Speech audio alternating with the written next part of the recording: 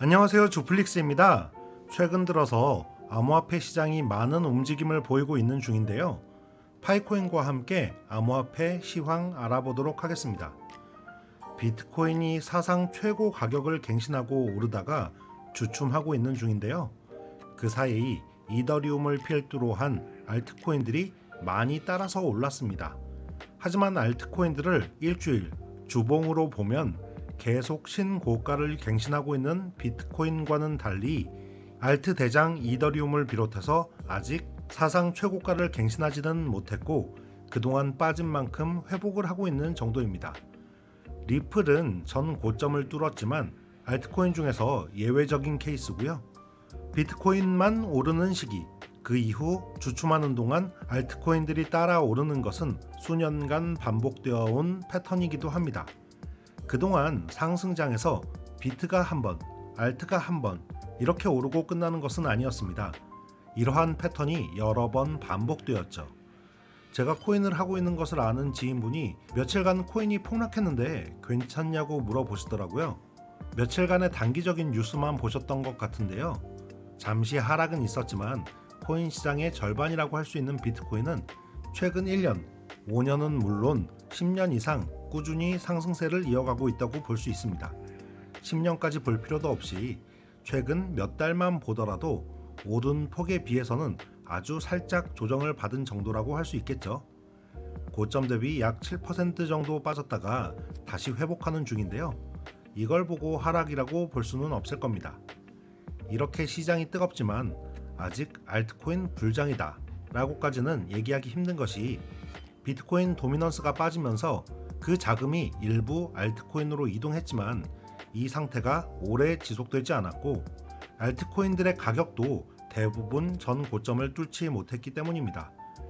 이제 다시 비트코인도 오르면서 알트코인 불장도 오지 않을까 생각하고 있는데요.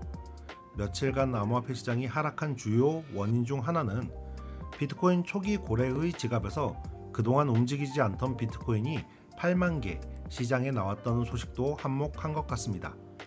초기 고래들의 지갑에서 물량이 나오면 불안감도 조성되고 대부분 코인의 가격은 떨어져 왔었는데요. 이번에 그 낙폭이 생각보다 크지 않고 물량을 다 소화해냈다는 것은 오히려 받아주는 세력, 사고 싶어하는 집단이 더 많다는 것을 나타내는 것이 아닌가 싶습니다. 비트코인 ETF도 단 3일간 소폭의 유출이 있었을 뿐 그동안 꾸준히 매수가 되고 있고 매수 규모가 훨씬 더 크다는 것은 이제 개인이 팔고 기관, 국가, 기업이 매수하는 장세가 왔다는 것을 의미하는 거라고 생각합니다. 기관이나 국가는 비트코인을 자주 사고 팔고 하지는 않기 때문에 이들이 물량을 많이 확보하기까지는 가격이 오를 확률이 높을 텐데요. 시장 환경은 이미 국가, 기업 등 큰 돈을 움직이는 곳들에서 계속 암호화폐 시장을 긍정적으로 보고 돈이 들어오는 중입니다. 앞으로도 상승을 예측하는 가장 중요한 이유이기도 하고요. 7월 31일 미국의 FOMC 회의에서 금리 인하 여부가 결정될 텐데요. 이번에 인하를 하던 안 하던 세계에 계속 돈이 풀리고 있다는 것은 여러 가지 자료를 통해 확인할 수 있는 부분이며 이 또한 자산 시장의 상승을 이끄는 원인 중의 하나입니다. 작년, 재작년과 비교하면 자산 시장이 오를 이유가 더 명확해지고 있다고 보이고요. 기관이나 기업들은 최근 들어 ETF를 통해서 비트코인뿐만 아니라 이더리움 보유량도 늘려가고 있는데요. 지금까지는 암호화폐가 개인들의 힘에 의해서 오르내렸다면 더 큰 손인 기관들로 영향력이 옮겨가는 시기입니다. 이렇게 환상적인 주변 환경을 갖추고 있는 가운데 알트코인들은 아직 엄청난 상승을 했다기보다는 그동안 빠진 가격을 회복하는 미니 불장이라고 생각하는데요. 아쉽게도 파이코인은 아직 그러한 기미조차 보이지 못하고 있습니다. 핵심 팀에서는 채굴앱 메인 화면에 공지를 통해 메인넷 마이그레이션을 하지 않은 채굴자들에게 메인넷 체크리스트 3번, 파이 지갑 2단계 인증에 대한 권장을 하는 내용이 나왔는데요. 가격에 영향을 줄 만한 소식은 아니었고 가격에 영향을 줄 만한 중요한 소식들이 나오지 않는 것도 파이코인 가격이 지지부진한 가장 중요한 원인이라고 보입니다. 파이 가격은 3월과 5월 반등했던 것도 모두 내주면서 현재 0.44달러를 기록하고 있습니다. 알트코인 불장이 곧 올 거라고 생각하는 한 사람으로서 아쉬운 부분인데요.